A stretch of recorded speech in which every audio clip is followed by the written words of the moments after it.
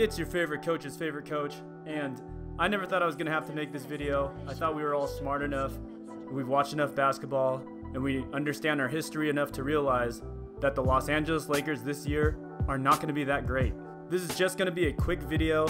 Everybody's talking about how they're the favorites to win the West, maybe the favorites to win the NBA championship. I can think of a handful of teams better than them. My guess is they're going to fall anywhere between the 5th and the 8th seed in the Western Conference standings, and there's plenty of reasons to arrive at this conclusion. First of all, this is a Pelicans reunion from 2018. This season will mark the return of the collaboration between Demarcus Cousins, Anthony Davis, and Rajon Rondo, a team that upset the 3rd seed Portland Trail Blazers in 2018 by sweeping them, and then losing in the Western Conference semifinals to the Golden State Warriors. This sounds like a good core, except for one thing. Boogie Cousins could not take any credit for that playoff run. He was injured for the whole thing. In fact, the team played worse when Demarcus Cousins was on the floor. The Pelicans didn't hit their stride until they acquired the stretch 4 Nikola Mirotic. His shooting freed up space that allowed Anthony Davis to truly play his own game. Not to mention having Rondo and LeBron James, two very similar old school quarterback type point guards on the floor at the same time, is going to be very problematic for spacing and offensive scheme.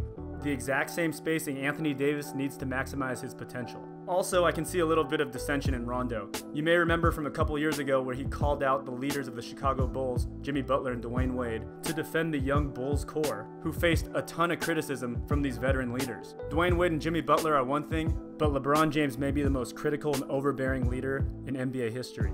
So that's going to be very interesting. My other big concern is pick and roll defense. We all know LeBron James does not play a lick of defense, and if last year's playoffs were any indication of Demarcus Cousins' ability to still defend, he will be a major defensive liability unless he's strictly backing up Anthony Davis. Anthony Davis is a great defender, but what are they going to do? Have a whole bunch of guys zoning and use Davis as a goalie like you would do in soccer? How do they expect to defend the perimeter with their two best players, who need to be in at all times, are in drop coverage on every single screen? Guys like Jokic will eat that alive. It doesn't sound that promising to me.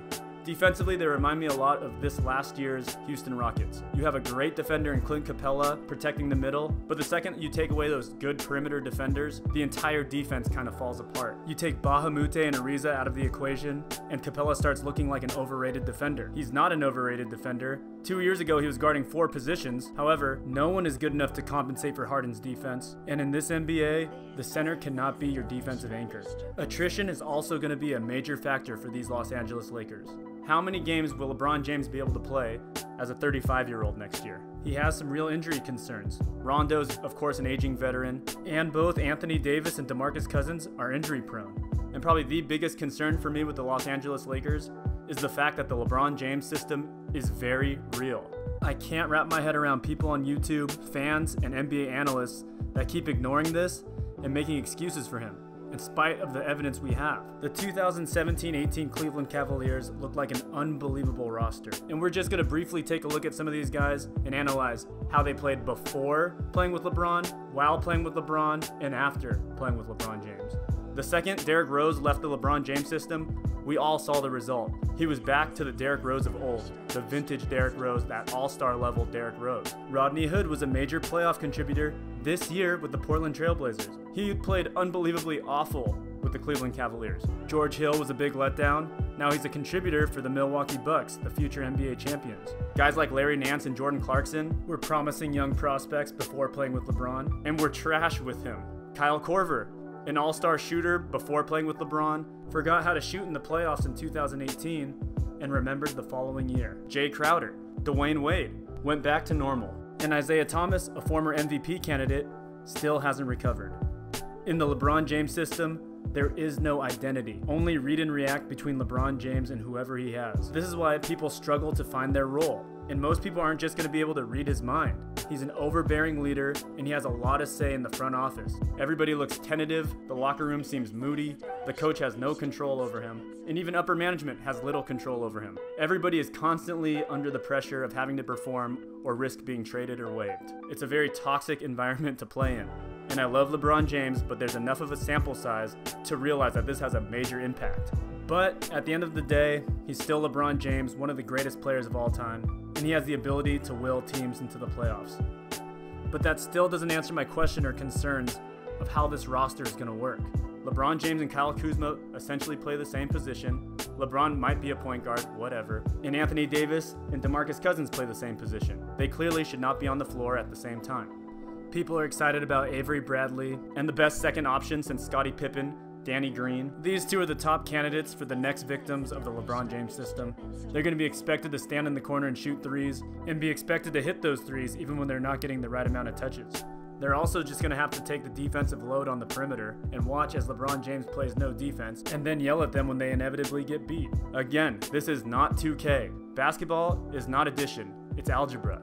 You don't just add LeBron, Rondo, Kuzma, Anthony Davis, and Demarcus Cousins player ratings together and determine how good the team's going to be.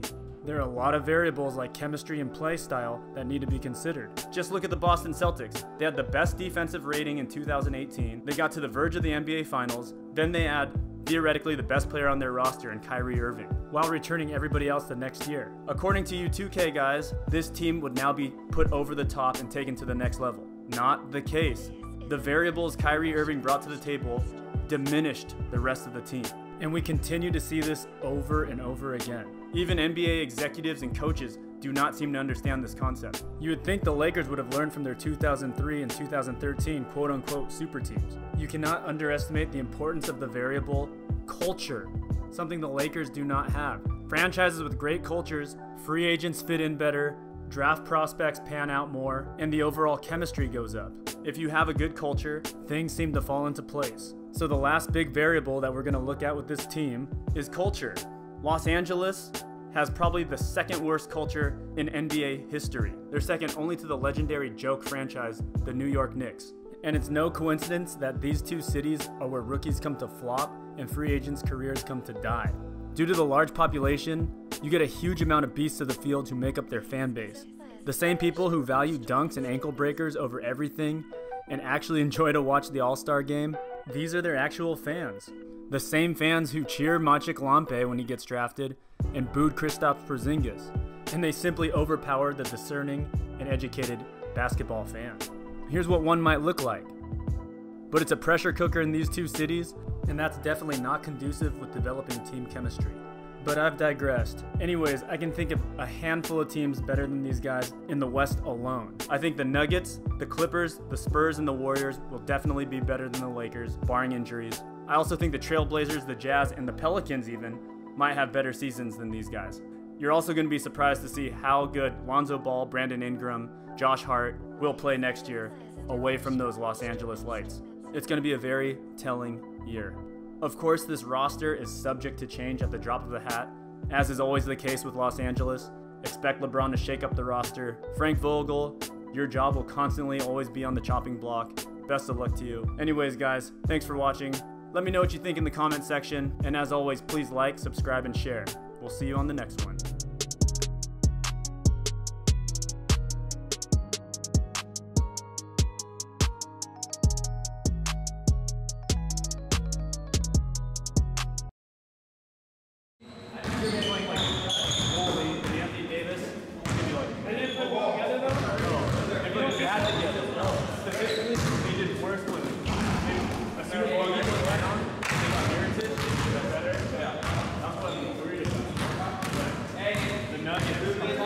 Nuggets or Raptors, even without Kawhi. Nuggets. Raptors!